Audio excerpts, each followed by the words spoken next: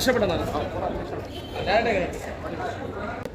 എന്താണ് ഇഷ്ടപ്പെട്ടതാണ് ഇഷ്ടപ്പെട്ടതെന്ന് ആ ഒരു ഫൈറ്റ് സീൻ ഒരു ഫയറിന്റെ ഇടയിൽ കൂടെ ഉള്ള പോലെ എല്ലാവരുടെ അഭിനയമൊക്കെ എങ്ങനെ ഉണ്ടായിരുന്നു എല്ലാവരുടെയും ഒന്നിനൊന്ന് മെച്ചം വരുന്നുണ്ട് താരം അതിന് മാത്രമാണ് എനിക്കങ്ങനെ തോന്നിയിട്ടില്ല. അതിപ്പോ ഓരോരുത്തരും പേഴ്സണൽ കാര്യങ്ങളൊക്കെ. എന്നാലും മൊത്തം തിയേറ്റർ എക്സ്പീരിയൻസ് എങ്ങനെയുണ്ട്? എന്താണ് ബ്രോ ഇഷ്ടപ്പെട്ടത്? നെഗറ്റീവ് അടിക്കാൻ മാത്രമുണ്ടോ പടത്തിൽ? ഒരു തിയേറ്റർ എക്സ്പീരിയൻസ് ആണ്. ഓക്കെ, ലാലേട്ടൻ എങ്ങനെയുണ്ട്? ലാലേട്ടൻ എങ്ങനെയുണ്ട്?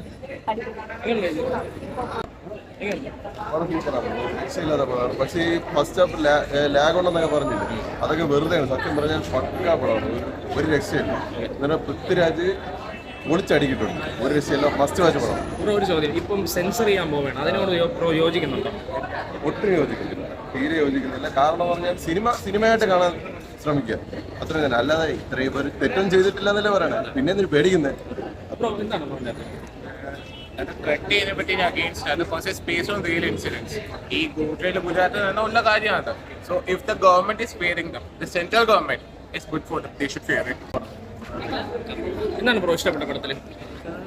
പ്രത്യേകിച്ചൊന്നുമില്ല. എന്നാലും ലാലേട്ടൻ എങ്ങനെ ഉണ്ടായിരുന്നു? കുഴപ്പമില്ലായിരുന്നു. ചേച്ചി എങ്ങനെയുണ്ട് പടം? പൃഥ്വിരാജിന്റെ ഡയറക്ഷനല്ലേ പൃഥ്വിയെ പോലെ സൂപ്പർ. ഒരു തിയേറ്റർ എക്സ്പീരിയൻസ് ആണോ പടം? ഇഷ്ടപ്പെട്ട പടത്തിൽ മൊത്തത്തിൽ നല്ല ആക്ഷനൊക്കെ ഉണ്ടായിരുന്നു. അവർക്കെല്ലാവർക്കും നല്ല എക്സ്പെക്ടേഷൻ ഉണ്ട്, പക്ഷെ അത് മീറ്റ് ആയിട്ട് പറ്റൂല. ഒരു തിയേറ്റർ എക്സ്പീരിയൻസ് ആണ്. നല്ല പടമാണ്.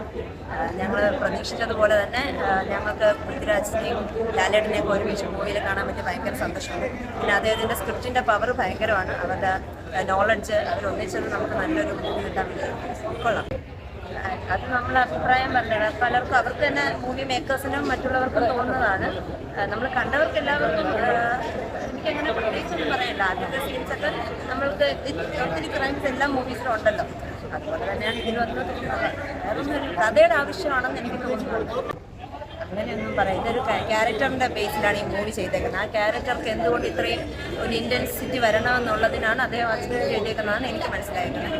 അത്രയും തീവ്രമായൊരു വൈരാഗ്യം ആ ക്യാരക്ടറിനുണ്ടെങ്കിൽ മാത്രമേ സ്ട്രോങ് ആയിട്ട് ഇതിന് അഗെയിൻസ്റ്റ് അദ്ദേഹം നിൽക്കുള്ളൂ എന്നാണ് കാണിച്ചേക്കുന്നത്. പക്ഷെ അതിൽ എന്താ പറയുന്നത്, രാജ്യസ്നേഹത്തിന് കുറവൊന്നുമില്ല. നമ്മുടെ രാജ്യത്തെ മോശമായിട്ടൊന്നും കാണിച്ചിട്ടില്ല.